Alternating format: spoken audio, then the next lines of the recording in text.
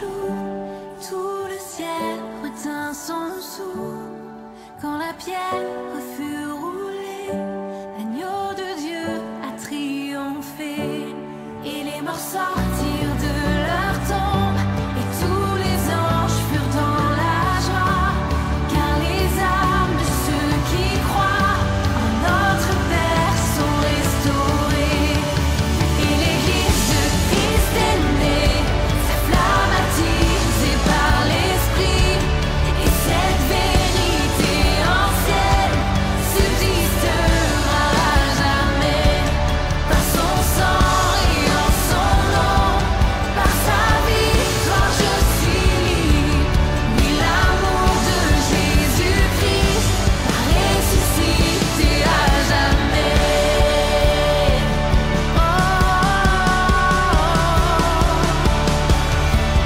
Louange au Père, gloire au Fils, béni soit le Saint-Esprit, Dieu trois fois saint, majesté, gloire au roi des rois à tout jamais, gloire au roi des rois à tout jamais.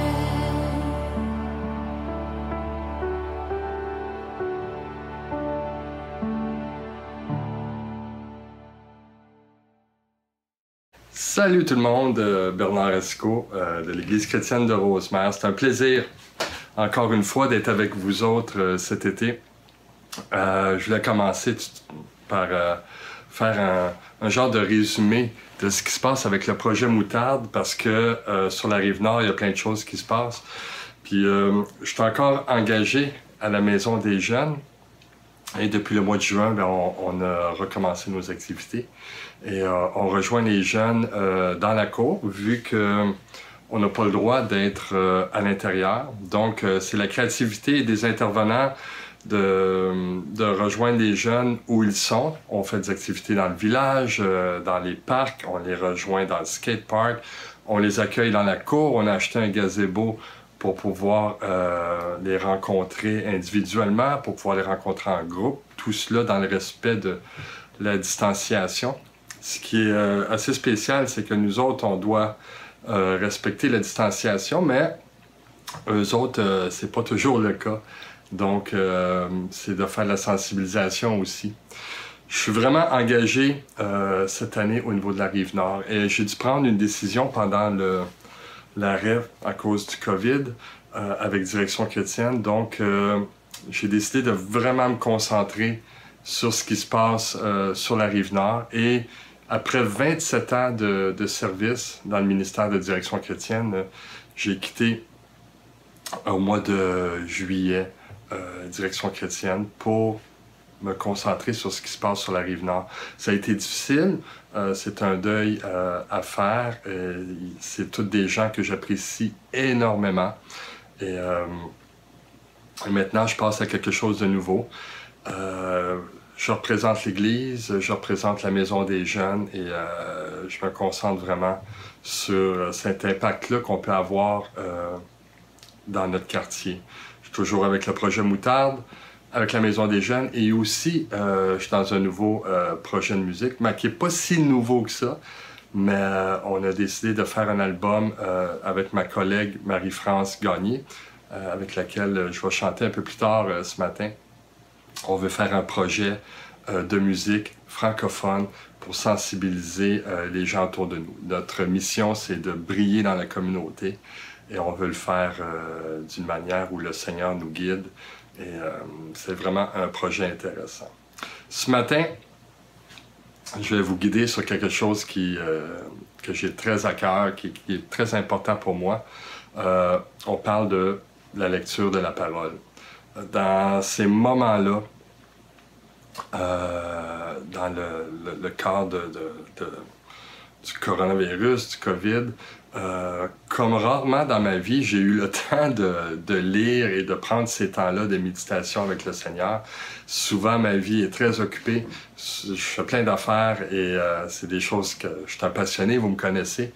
Et dans ces moments de libre-là, surtout mars, avril et début mai, j'ai pu vraiment méditer sur la parole, sur le Seigneur. Et je voudrais partager ce matin mes réflexions par rapport à ça.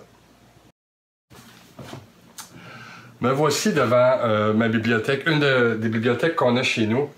Je n'irai pas en bas, mais il y a plein de livres qui, si tu regardes en général, ça peut dire un peu qu'est-ce que Bernard aime. Et on peut voir que dans les livres que j'ai lus, il y a beaucoup de livres sur la théologie. J'ai étudié en théologie et j'ai appris énormément sur étudier la parole, comment rechercher l'importance des textes, comment comprendre les textes bibliques, comment faire une recherche approfondie sur un texte, son contexte, son genre littéraire, et ce qui me fait comprendre aussi comment les phrases fonctionnent, les péricopes qu'on appelle, les sections dans la Bible, comment aller chercher ça. Et c'est fascinant. Ce que j'aurais appris dans ces années-là, une des choses que je retiens, c'est que plus que je découvrais la Bible, plus que je m'apercevais que c'était immense, que le contexte du temps, c'est quelque chose qui est très éloigné du contexte qu'on vit aujourd'hui. Plus que j'en savais, plus que je m'apercevais que je savais rien. Et c'était immense, puis c'était un wake-up call aussi pour moi de m'empêcher de juste prendre une ligne dans un texte, puis ça me parle, puis là, je crie à tout bord, tout côté, que là, Dieu me parlait, puis Dieu a parlé à toi, puis tout ça. Avant de faire ça, j'ai appris à faire des recherches parce que c'est important de ne pas dire n'importe quoi, parce que la Bible est un livre sacré et c'est quelque chose qu'il faut prendre au sérieux. Et j'ai appris de peut-être pas toujours parler, mais de méditer la parole et d'agir moi-même sur les choses qui me tenaient à cœur. Donc, si on regarde ma bibliothèque, il y a des livres qui parlent beaucoup. J'aime bien les biographies.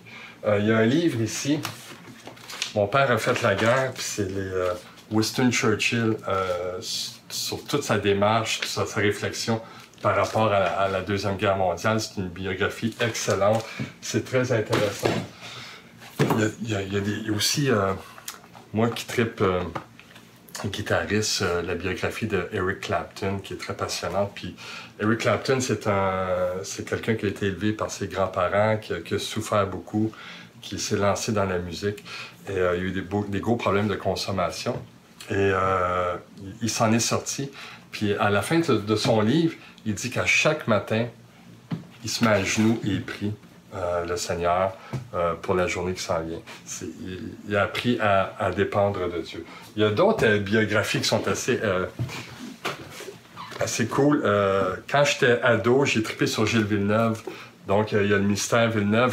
J'avais lu un autre livre aussi sur Villeneuve que j'ai prêté à quelqu'un, puis j'ai plus revu. Il y a d'autres livres très intéressants aussi. Van Gogh, un peintre que j'affectionne beaucoup. Van Gogh a commencé sa vie, il voulait être pasteur. Il est devenu pasteur, mais ça a l'air que ses prédications étaient assez plates. Fait que ils l'ont mis dehors et il serait devenu peintre par la suite, mais il a toujours été attiré par les pauvres, par ce qui se passe chez les gens qui sont moins fortunés. Et au début de sa carrière de peintre, c'est ce qui peignait les gens il voulait démontrer par des images la pauvreté des gens. C'est pour ça que en tant que peintre, puis de servir de la justice, Van Gogh est quelqu'un qui m'a touché beaucoup. Il y a d'autres livres. Ça, c'est Leonardo da Vinci, sa technique, son temps, tout ce qu'il a fait, son intelligence. C'était un génie, c'était un homme qui était avant son temps. Ça me passionnait toujours. J'aurais plein d'autres livres aussi, mais le livre de la Bible, le livre sacré, la biographie par excellence, pour moi, c'est la Bible, c'est l'histoire de Dieu, c'est Dieu qui se raconte. Et je vais vous lire un passage qui est dans le psaume 119, verset 33. On commence au verset 33. « Ô Éternel », donc psaume 119, 33. « Ô Éternel, enseigne-moi le chemin de tes ordonnances, et je le suivrai jusqu'au bout. Donne-moi du discernement, et j'obéirai à ta loi. Je la suivrai de tout mon cœur. Fais-moi marcher sur le sentier de tes commandements, car je m'y plais. Veuille incliner mon cœur vers tes enseignements plutôt que vers mes intérêts. Détourne mes regards des choses vaines et fais-moi vivre dans les voies que tu as tracées. » Et on voit un peu plus loin le verset cœur du psaume 119, selon moi. Ta parole est comme une lampe qui guide tous mes pas. Elle est une lumière éclairant mon chemin. Ta parole est comme une lampe qui guide mes pas. Elle est une lumière éclairant mon chemin. Lorsque je lis la Bible, lorsque je lis ce texte-là, c'est une lumière qui est là pour ma vie. Comme je vais lire à différents niveaux les biographies que je vous ai montrées ou d'autres biographies que j'ai lues, j'aime connaître la vie des gens, ça m'inspire ou ça me fait comprendre leur cheminement. Dans la Bible, ce qu'on comprend, c'est le cheminement de Dieu avec son peuple. Dernièrement, à la Maison des Jeunes, j'étais avec les jeunes, puis ça a donné que il y en a une qui dit « Toi, Bernard, t'es quelqu'un de spirituel. » J'ai dit oui, puis là, on a commencé à parler. Puis ma collègue était pas loin, Marie-France, puis j'ai dit, elle aussi, c'est quelqu'un de spirituel, puis on a partagé qu'on croyait en Jésus, qu'on croyait en Dieu, puis qu'on était chrétien.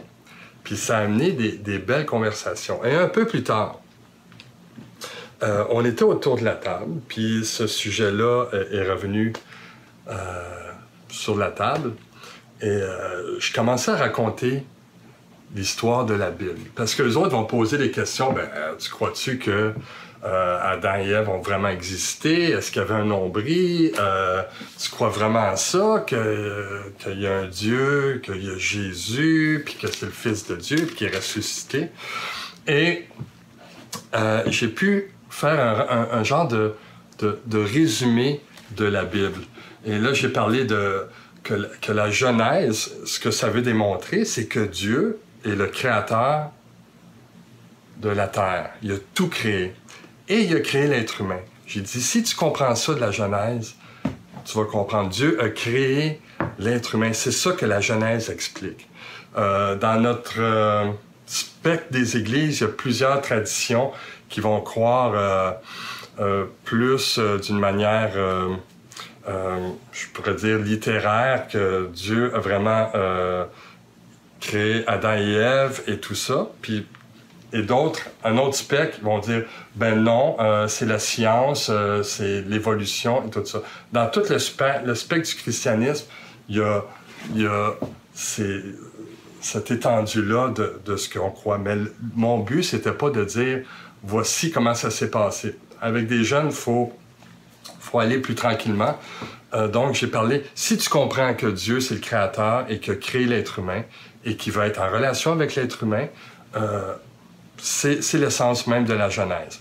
Et aussi, qu'à un moment donné, l'être humain, ce qui est expliqué, c'est que l'être humain a voulu faire tout à sa manière. Il a voulu dire, ben quoi, peut-être que j'ai pas besoin de toi, Dieu, fait que je vais marcher par moi-même.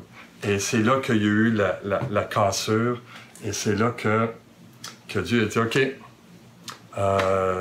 je me retire, et vas-y, man, let's go.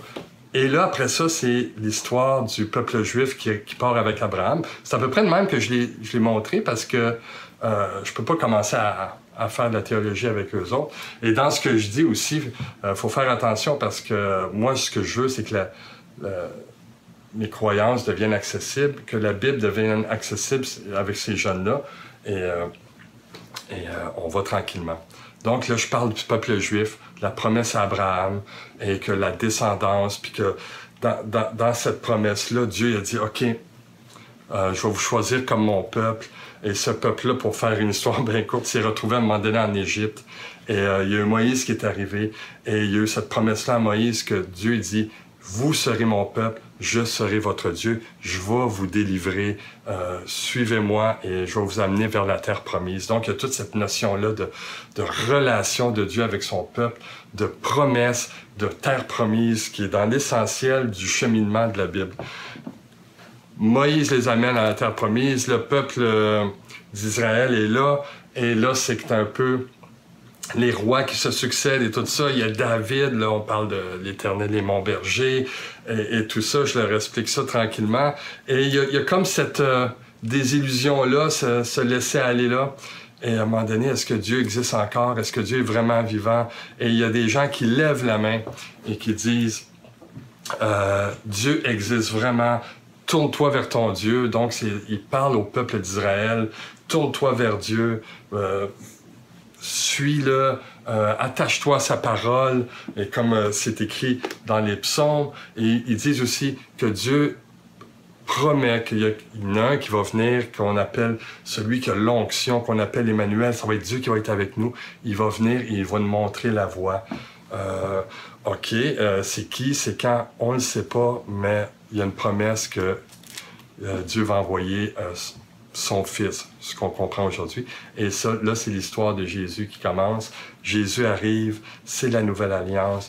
Il nous amène vers des commandements. Il est proche, c'est Dieu qui s'en vient dans la chair, qui vient à travers nous autres. Et là, il nous enseigne le cœur de Dieu, que lui et Dieu, c'est un. Si on le voit, lui, c'est Dieu qu'on voit. Et son amour, son enseignement touche le monde, il fait des miracles, et éventuellement, ben, c'est trop pour le monde, c'est trop pour les gens religieux. Il remet en cause les gens qui ne sont religieux que par désir de connaissance, par désir d'être orgueilleux de ce qu'ils connaissent de la Bible. Et Jésus dit, moi, ce que je veux, c'est un cœur.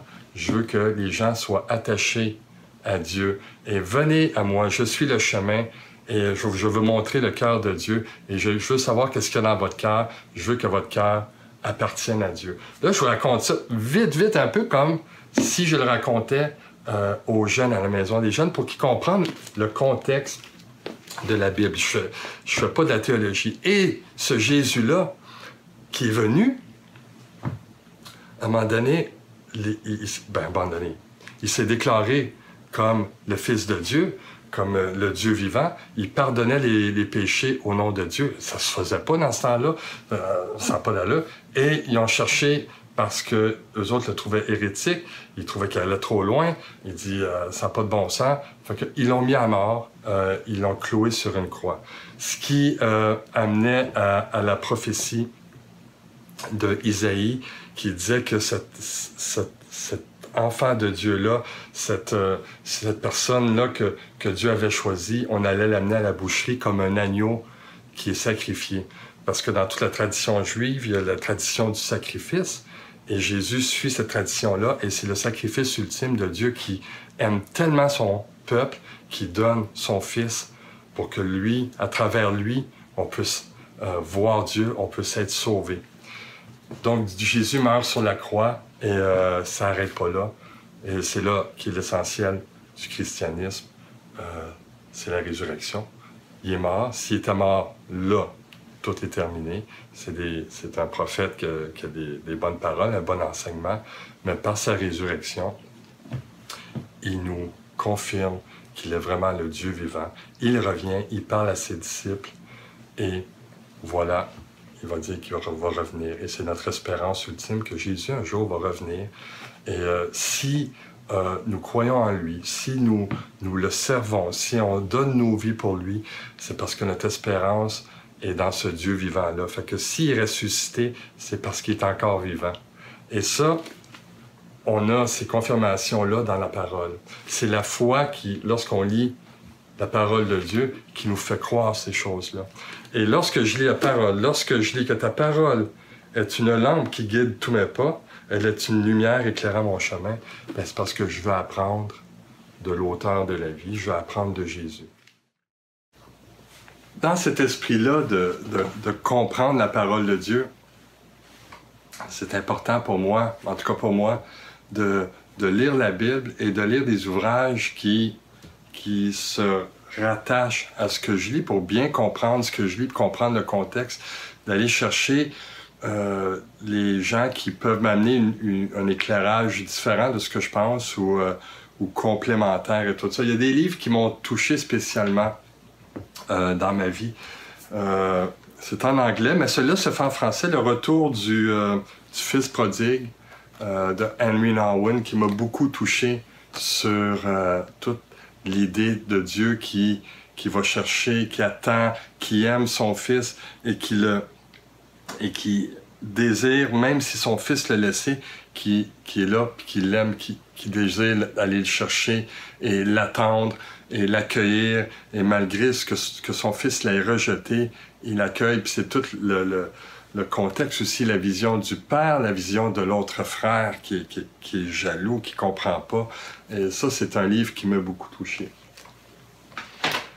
Un autre livre qui m'a touché, encore en anglais, ça s'appelle The Red Letter Revolution.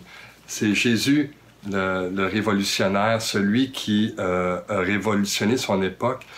Il parlait aux femmes, il était ouvert, il n'a pas hésité de remettre les religieux à leur place. Il amenait toute une autre façon de penser. Et même, je te dirais qu'encore aujourd'hui, Jésus révolutionne par son enseignement.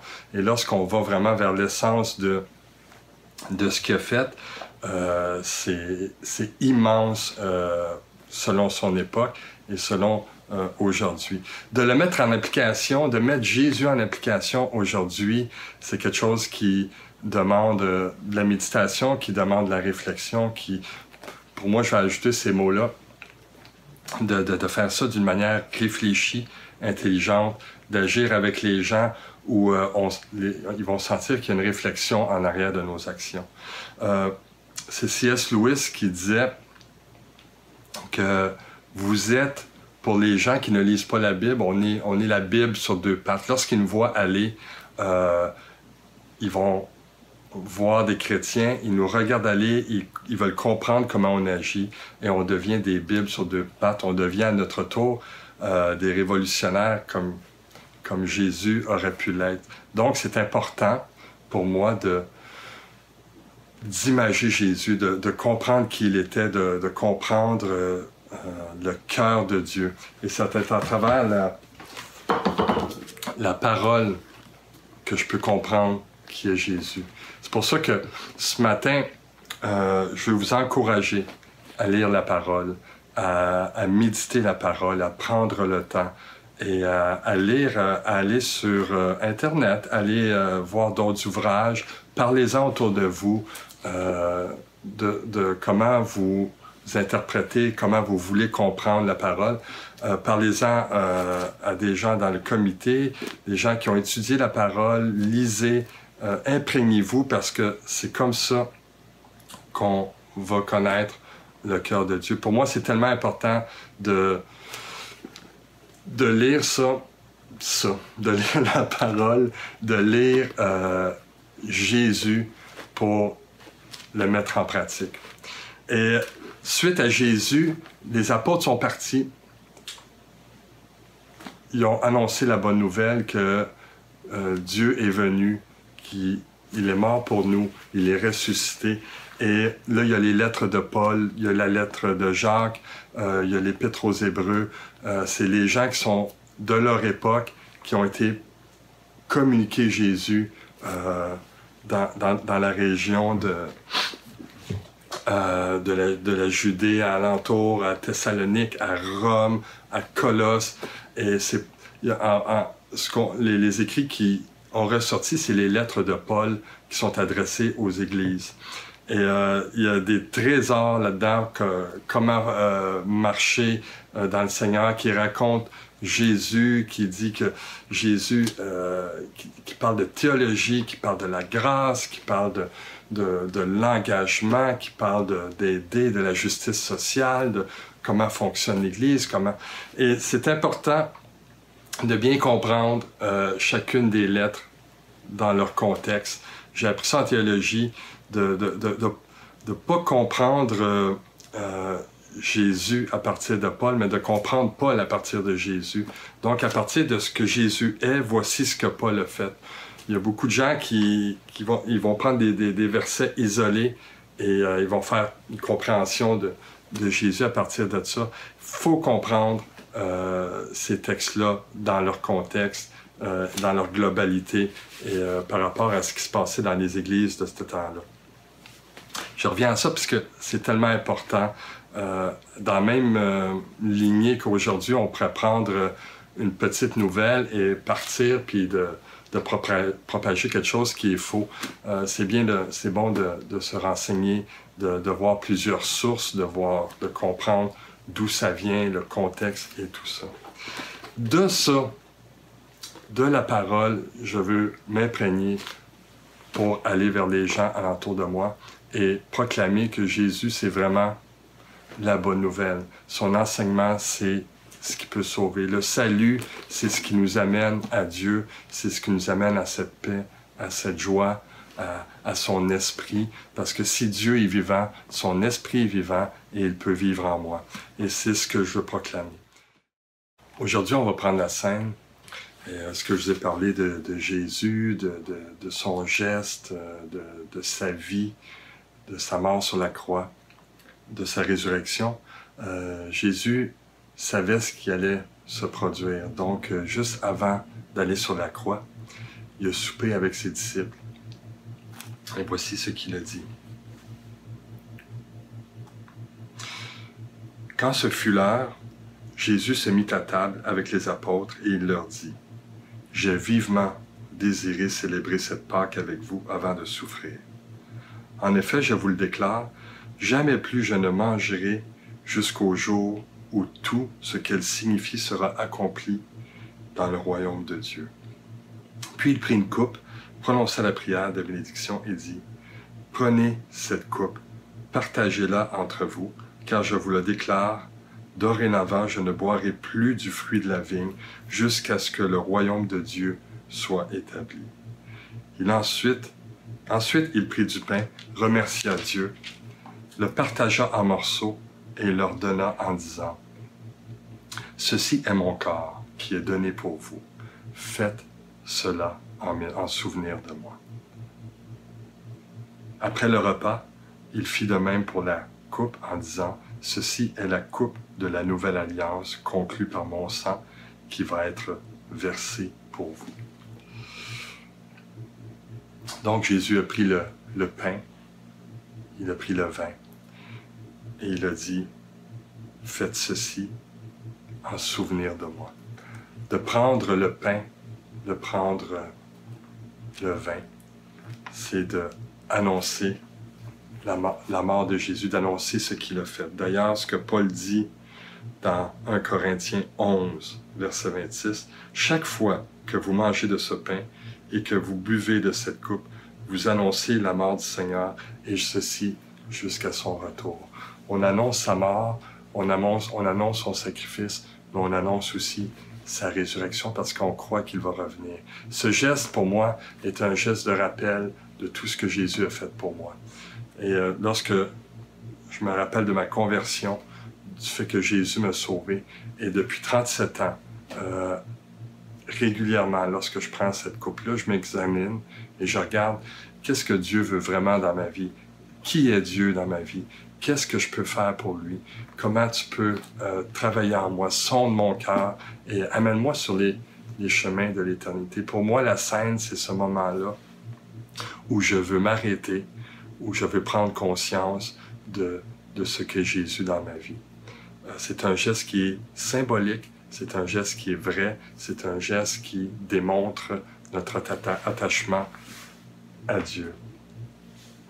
Donc, ce qu'on va faire ce matin, je vais prendre le pain et je vous encourage d'aller chercher du pain, du vin ou du jus de raisin, selon ce que vous avez chez vous, selon vos convictions. Et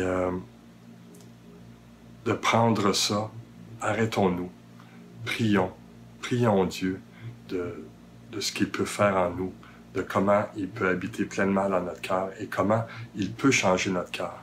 Et ma marche avec Dieu, c'est comment est-ce que Dieu peut me changer moi. Et je ne prends pas le pain et le vin parce que je veux que tout le monde change autour de moi. Moi, le premier, je dois changer. Moi, le premier, je dois faire ce pas-là devant lui. Donc, commençons. Prenons le pain et prions.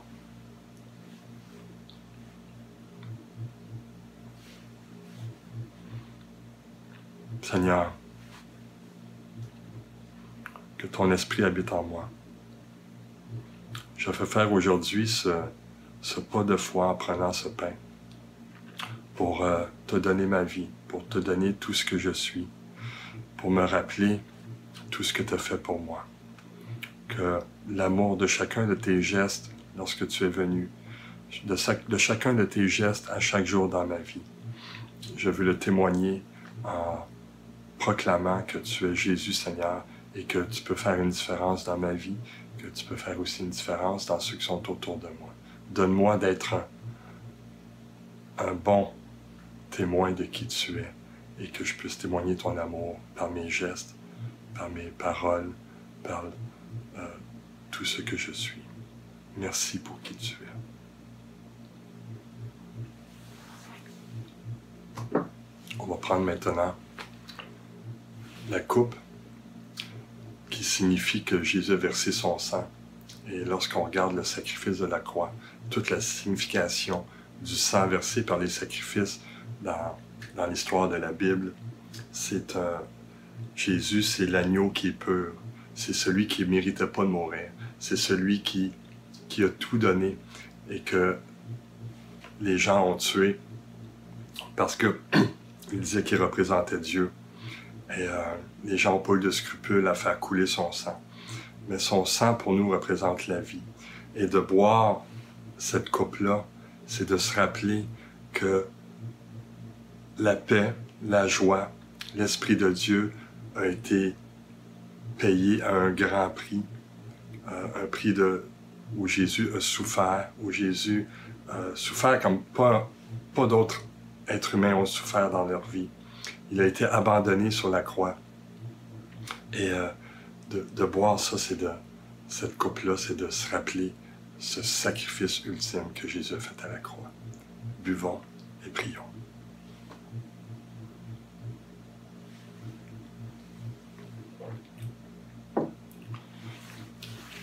Jésus, par cette coupe, nous voulons nous rappeler ton sacrifice, comment il est énorme.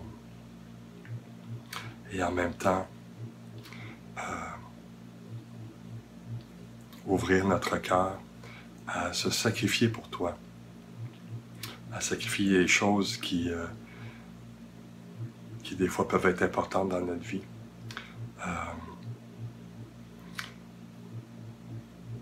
Change nos cœurs, Seigneur. Tourne nos yeux vers toi.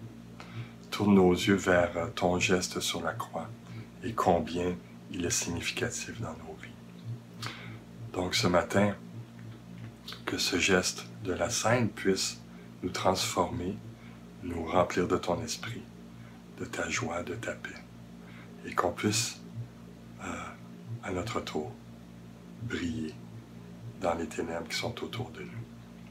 Donne-nous la force, accompagne-nous, sois en nous, et Seigneur, que ta gloire puisse être proclamée. Amen.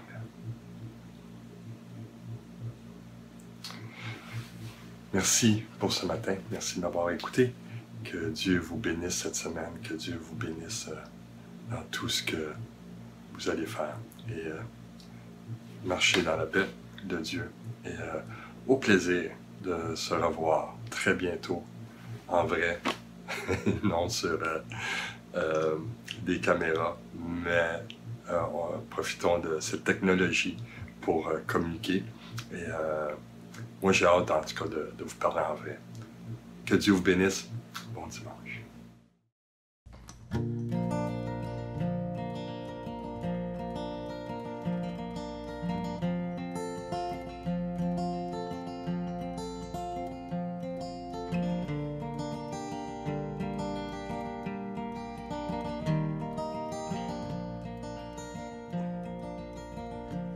Si la lune me glace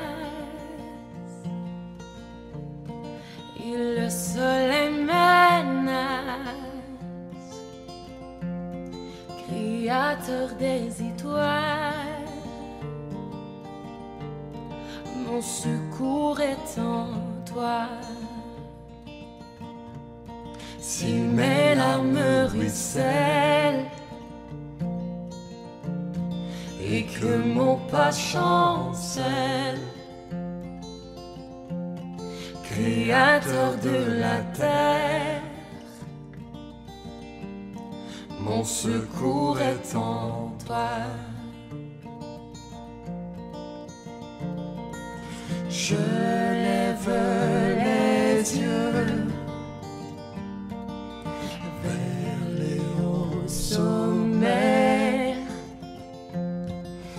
Toi seul est mon Dieu, je proclamerai.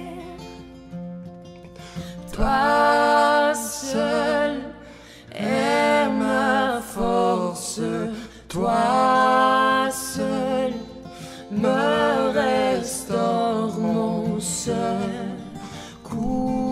est en toi.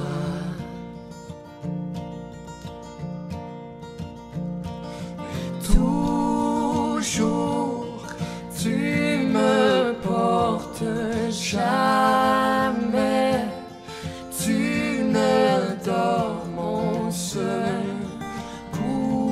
est en toi.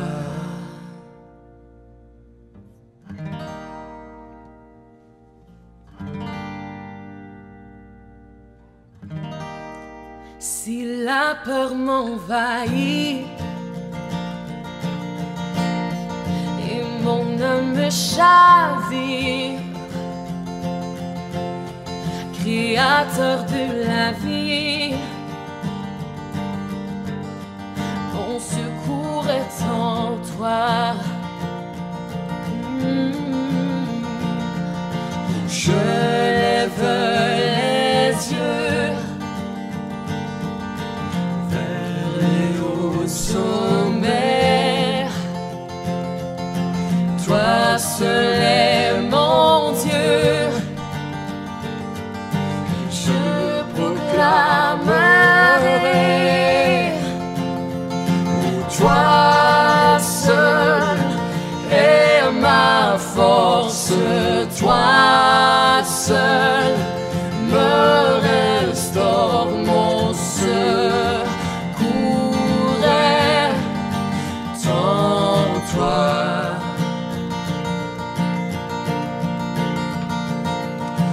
Toujours tu me portes, jamais tu ne dors, mon secours est en toi.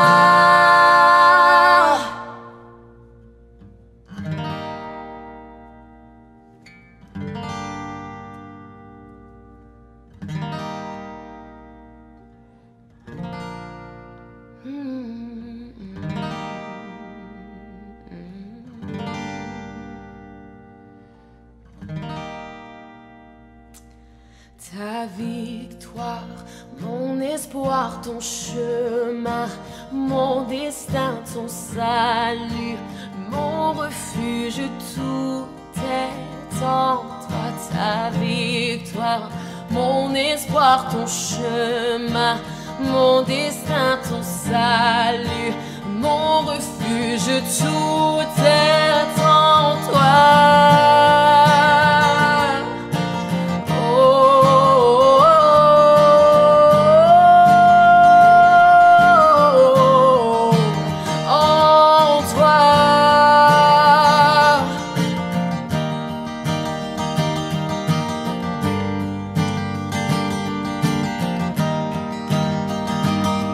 Ta victoire, mon espoir, ton chemin, mon destin, ton salut, mon refuge, tout est en toi. Ta victoire, mon espoir, ton chemin, mon destin, ton salut, mon refuge, tout est en toi. Ta victoire, mon espoir, ton chemin, mon destin, ton salut, mon refuge, tout est en toi. Ta victoire, mon espoir, ton chemin, mon destin, ton salut, mon refuge, tout est en toi.